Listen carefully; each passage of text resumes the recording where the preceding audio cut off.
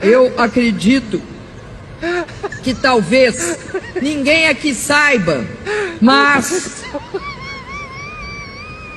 o estado de São Paulo começou a chover muito e o pessoal está saindo da chuva, com razão.